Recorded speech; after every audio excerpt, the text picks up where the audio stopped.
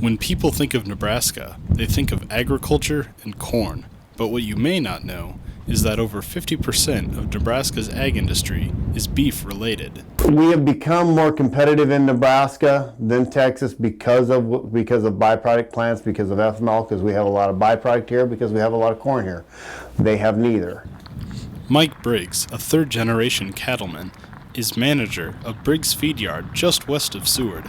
We have a 10,000 head feed yard. Probably a third of the cattle are ours, and then the rest of them are customer cattle.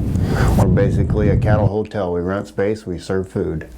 Some Nebraskans may still be bitter about Nebraska's loss to Texas at football, but Nebraska recently beat Texas at its own game.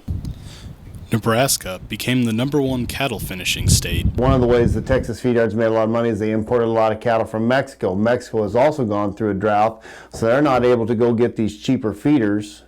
They don't have cheap feed, so they've become very uncompetitive.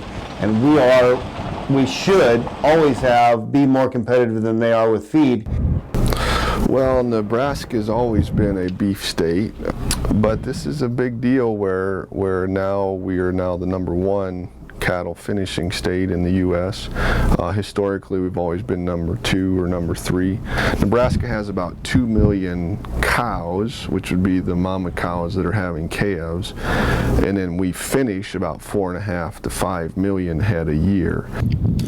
Which, according to the Nebraska Beef Council, adds $12.1 billion to Nebraska's economy. Erickson says Nebraska is the top feedlot state, but only by a small margin.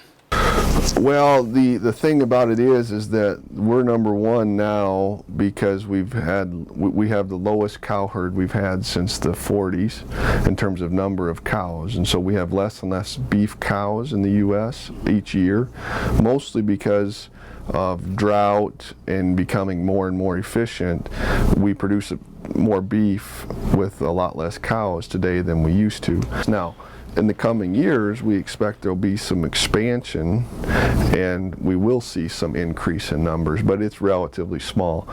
Brian McManus says the Department of Environmental Quality inspects feed yards regularly to see if they comply with state and federal guidelines. We have a regulatory process in place to ensure that facilities that are big and growing keep the state notified and ensure that through permitting and their permits that they are properly managing their waste. That's really what we look at is the waste produced from these facilities, how they're managing it, how they're land applying it, and through the permit process they keep us apprised of exactly that.